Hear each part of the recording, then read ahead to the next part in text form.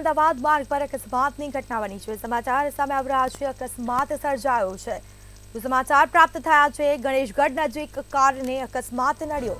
વિદેશી દારૂ અને બિયર ભરેલી કારને અકસ્માત નડ્યો છે।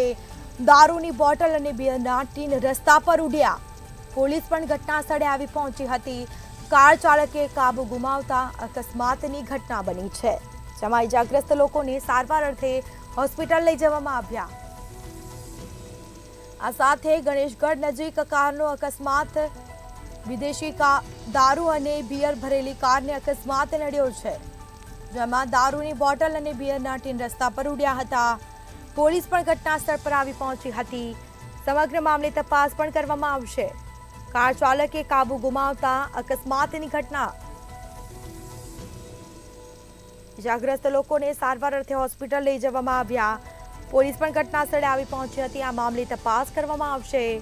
દારૂ ક્યાંથી લાવવામાં આવ્યો હતો તે અંગે પણ તપાસ થશે। વિદેશી દારૂ અને બિયર ભરેલી કારનો અકસ્માત, આ સીધા દ્રશ્યો અમે આપને બતાવી રહ્યા છીએ। ભાવનગર અમદાવાદ માર્ગ પર અકસ્માતની ઘટના બની છે। તો વિદેશી દારૂ અને બિયર ભરેલી કારને અકસ્માત નડ્યો, તો પોલીસ પણ ઘટના સ્થળે આવી પહોંચી હતી। સમગ્ર મામલે તપાસ કરાશે।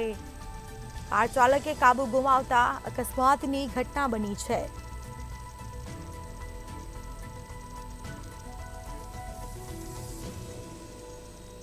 તો વધુ વિગતો સાથે સંવાદદાતા હિરેન ચૌહાણ ફોન લાઈન પર જોડાઈ ગયા છે। જી, ભાવનગર અમદાવાદ માર્ગ પર અકસ્માત નડ્યો છે અને કારમાં દારૂ ભરેલો હતો, જે બાદ કહી શકાય કે કાર ચાલકે સ્ટીયરિંગ પરથી કાબુ ગુમાવતા આ ઘટના બની છે। શું માહિતી?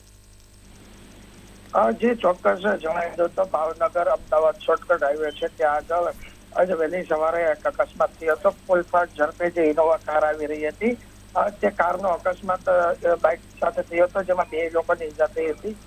બીજી તરફ વાત કરીએ તો જે કાર અકસ્માત થયો હતો તે કારમાં દારૂ અને બિયરના ટીન મળી આવ્યા હતા।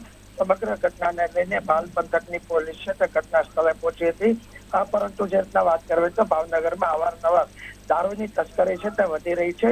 દિવસે ને દિવસે કહી શકાય કે દારૂ કોઈને કોઈ રીતે સ્મગલરો છે તે દારૂ ભાવનગરમાં લાવવાની કોશિશ કરે છે, ત્યારે ફરી એક વખત અકસ્માતની અંદર દારૂની તસ્કરી છે તે સામે આવી છે। હાલ તો બંને ઇજાગ્રસ્ત યુવકો છે તેને ભાવનગર સર્જરી હોસ્પિટલ ખસેડવામાં આવી છે અને પોલીસ દ્વારા આ કાર ક્યાંથી આવીને ક્યાંથી દારૂ ભરીને આવતી હતી, ત્યાં લઈ જવામાં આવી, તેની તપાસ હાથ ધરવામાં આવી છે। જી, બિલકુલથી તમામ જાણકારી આપવા બદલ આપનો આભાર।